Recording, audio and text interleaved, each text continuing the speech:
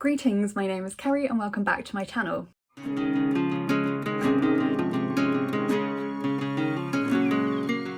Today I have a review for you, but it's kind of a multiple review, so I'm going to be talking primarily about Mayday, which is the first book in the Seekers series by Josie Jeffrey. I'm also briefly going to be mentioning the prequel short story Killian's Dead and the sequel Judgment Day. So Mayday came out last year in 2020, as did Killian's Dead, and then Judgment Day, the second book, came out in May of 2021. I received arcs of all of them, but did not manage to read any of them before their release dates because I'm useless, so apologies for that. These are self-published by the author, and so I was really grateful to receive copies of them and can only apologise that it's taken me so long to get around to actually reviewing them. Well, I read Mayday earlier in this year, but I did take quite detailed notes when I read it so that I would be able to review it, because my intention was always to do a joint review with the other books in the series. I planned to do it before Judgment Day came out and I just did not have time. Let me hold up the book. Mayday! I love these covers. There's a very similar style for the cover of Judgment Day. I'll put a picture up of that as well, just slightly different colour tones. And then this is the cover for Killian's Dead, which is kind of slightly spookier. So Mayday is set in May in Oxford. The main character is Jack Valentine. She is part of an elite group of silver detectives called the Seekers. I should explain from the start that silver is the term that Josie Jeffrey uses in all of these books to describe vampire society. The purpose of the Seekers as a group of detectives is to investigate when humans are impacted, usually killed, by silver activity. This book kicks off with a human being publicly murdered by a silver. So Jack and her team have to try and find the vampire responsible. Her prime suspect also happens to be her nemesis, who is Killian Drake, and he is the Baron of Oxford, meaning he is the most powerful vampire in their region. She soon discovers that he actually had nothing to do with this murder, but that means that she actually has to work together with him to try and find out who the culprit is. Together they uncover a conspiracy that goes right to the heart of silver society. And all of this is going on while Jack is also trying to figure out her very complicated love life, which was very funny. So I'm going to give you a couple of content warnings. Obviously there is a lot of blood in these books because it is about vampires, so there are also references to drinking blood. Aside from that as well, there is murder, obviously, because it's a murder mystery. There's quite a lot of violence. There are medical and forensic procedures described. There's also references to suicide, miscarriage and sexual harassment, but those are not on the page. So you don't get descriptions of them actually happening, you get people talking about the fact that they have happened to them. There is actually a list of content warnings in the back of the book as well, and that was the same for Judgment Day, but I read Judgment Day as an e-arc, so didn't see them until I got to the end. But I think it's really helpful when authors do include a list of content warnings themselves, or publishers, because it does help you just to know if a book is safe for you to read. Okay, so a little bit more about the characters. So the main character I mentioned is Jack Valentine. It's narrated in the first person as well, so we get all of her thoughts. She's very sassy and very intuitive, but she's also a bit of a mess, a bit naive as well about vampire society. So she's characterised as being a very young vampire, so it's only 20 years since she was turned into a vampire, whereas the majority of vampires are over a century or a couple of centuries old. So she's a bit of a mess, but she knows she's a bit of a mess, and she was a very likeable character because of that. The other kind of central character is Killian Drake, the Baron of Oxford. He's quite mysterious. His allegiances are never quite clear. Jack doesn't like him or trust him, but she's very drawn to him. Likewise, he is very drawn to her, and there's a lot more going on there than is immediately apparent. It's developed a bit more in the second book, and I'm really interested to see. I'm not sure how many books there are going to be in this series, but I'm interested to see how that develops through the rest of the series. Another central character is called Cam, and he is Jack's best friend and her work partner. He's sensible, he's sweet, he has good people skills, but he's also very steely and very loyal. Again, a very likeable character. The fourth kind of main character in this book is Dr. Tabby Ross. So she is a forensic pathologist who is brought in to help with the investigation. She's intelligent and fun, and she's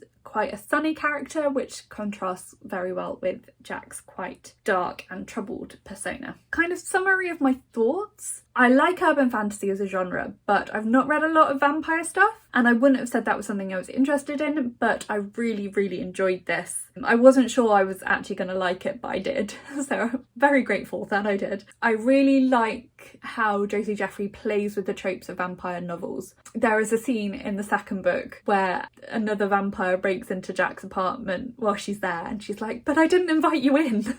And it's kind of a play on the trope of vampires always have to be invited in. So she does a lot of stuff with that. I know a little bit more about vampire lore now than I did when I read this first book, so I'm more able to pass what is actual vampire lore and what is Josie Jeffrey's interpretation, but I really liked some of the way she plays on those tropes or brings out new interpretations, new ideas. So particularly in these books, there's a lot about like vampire romance in the sense of how vampires show each other who they're coupled with, and I thought that was really cleverly done. Jack is a great protagonist. She's just the right balance of opinionated and hot mess to be entertaining and likeable rather than annoying. The plot was really well worked out with a good balance of red herrings and deeper conspiracy, which are explored more in the ongoing books, but there was also a satisfying conclusion to this book and to the mystery involved in it. And the same for Judgment Day, even though that was the second book in a series, there was the ongoing conspiracy stuff and the development of that, but then there was also a very specific murder storyline in that book that was also had its own resolution. I even liked, and this may surprise some people, I even liked the love triangle. There is a central romance plot to both of these books, and it involves a love triangle, and those are both things that I've been quite dismissive of in the past. I don't love romance when it isn't a romance book. I don't greatly enjoy romance books. I do enjoy them a bit more than I used to, but like usually I'm not a fan of what I consider unnecessary romance in other genres. But in this case, the interaction of the three characters within the love triangle had a direct bearing on the plot, both in this book and in Judgment Day, that if you took out that love triangle plot line, the rest of the plot wouldn't work as well. The interactions and the reactions of the three characters in the love triangle have a direct bearing on what happens in the rest of the story. Not necessarily in the murder plotline itself, but in the wider kind of conspiracy plotline. So I thought that was really well done. I also felt that it was really clear why Jack, who is obviously as the protagonist is involved in the love triangle, it was clear why she was into both of the love interests. It wasn't just like a convenient thing. There were very real reasons that made it much more believable, and the outworking of that worked. I think it probably also helped that Jack is bisexual, and that just added an extra element to why this was a successful romance / love triangle plotline, because it was something that I haven't seen very much of before, or at least not done well. So I think that's all I want to say about this book. I gave this one 4 stars. In fact, I gave each of these books 4 stars. So I'm going to talk a little bit about the other ones, but I'm not going to go into as much detail. We then have the prequel. I read this next, Killian's Dead. This is about how Jack became a vampire, so it's set about 20 years before Mayday. So it gives a background to how Jack became Silver. A lot of this backstory actually is covered in Mayday, so you don't necessarily have to read this, and I would recommend reading it after Mayday, even though it's a prequel, because otherwise it kind of gives away some of the stuff that you discover in Mayday. But it was good to read kind of a first-hand account, like at the time, of how Jack became Silver, and you get a better understanding of her as a character and her relationship to Killian Drake from reading this book. So it just gives a bit more insight into that. And the other character in this book, Winter, I think is going to feature more in the series. She hasn't really appeared just like only in references, but I think she's going to feature in future books in the series. Yeah, I'd say it's definitely worth reading this. I'd recommend reading Mayday first and then reading this. And then finally, the second book in the series, Judgment Day. So this came out this year. There's a new murder mystery plotline which relates to... It's a human, again, that has been killed by a vampire, but the human is related to the captain of the Seekers. So there's kind of already an internal conflict there within the society.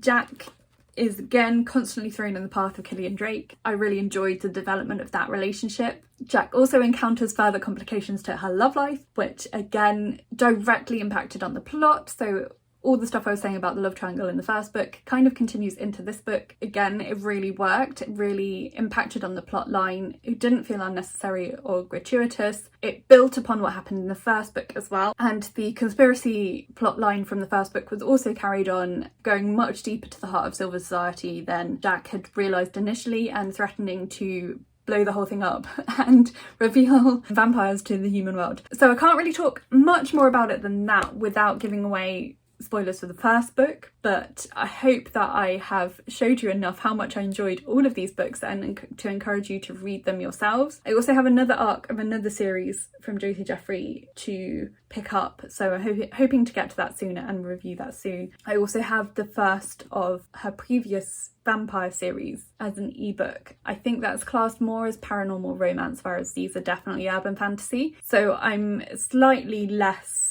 up for that because of my not love of romance books, but I'm willing to give it a try because I've read enough of Josie Jeffrey now to know that I like her style. So that series is called the Solus Invicti, and the first book is called, I think is called The Gilded King, and I'm actually interested to see how those books relate to these books because the Solus Invicti are mentioned in these, but that premise of The Gilded King sounds a lot more dystopian, so I'm going to try and get to that soon as well. I imagine it must be in the same world, but I don't know until I read those. Anywho, I think that's all I've got to say. So let me know if you have read these books and what you think of them. Let me know if you've got other recommendations of urban fantasy vampire books that you think I might like based on what I've said about these books, or if you just want to let me know that you've been here. I know we had this recently, but these are vampire books, so leave me a vampire emoji to let me know that you've made it this far. You can also like this video if you liked it and subscribe if you haven't already, and you can also follow me on my social media. All that information is listed for you in the description box below. But that's it for today, so thank you so much for watching and I'll talk to you again soon. Bye!